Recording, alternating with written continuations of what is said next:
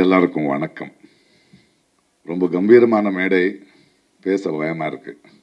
ஏன்னா எனது அரசியல் குரல் இல்லை, கலைஞனோட குரல். ஆனா பேசின அரசியல் ஆயிடுது. கொஞ்சம் கஷ்டம்தான், நிறைய இருக்கு பேசுறதுக்கு. இந்த மேடையில் நான் இருக்கேன், திருச்சி சிவாங்கிற ஒரு நண்பருங்கிற காரணத்துக்கு இல்லை, அது ஒரு குரல். அண்ணா பார்லிமெண்ட்ல இருக்கும்போது நம்ம தமிழ்நாட்டோட முதல் குரல்ல அங்க மெஜாரிட்டி தான் உலகம்னு சொல்லும்போது அவர் சொன்னாராம், மெஜாரிட்டி தான் அப்படின்னா காக்கா தானே தேசிய பறவை ஆகணும்னு. கலைஞர் இருக்கிற வரைக்கும் நமக்கு எனக்கு பேச வேண்டிய அவசியம் இல்லை. என்ன போன்றவங்களுக்கு நிம்மதியா இருந்தோம், நமக்காக பேச ஒருத்தர் இருந்தார். அப்பேற்பட்ட குரலோட தொடர்ச்சி தான் சிவா சார் அவர்கள்.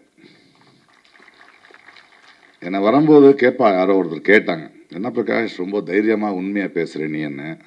நான் சொன்னேன், தைரியமா பேச, உண்மை சொல்றதுக்கு தைரியம் அதுக்கு, பொய் சொல்றதுக்கு தானே தைரியம் இருக்கணும்.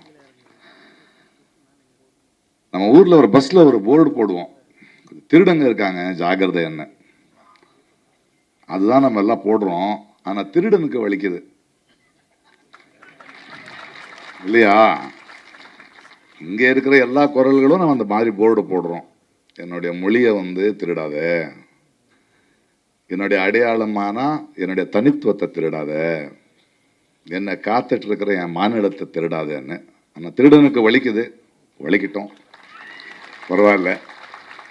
அப்பேற்பட்ட குரல்களோடு இங்கே வர்றதும் இந்த நிகழ்ச்சியில் நான் நிற்கிறதும் எனக்கு ரொம்ப சந்தோஷமாக இருக்குது.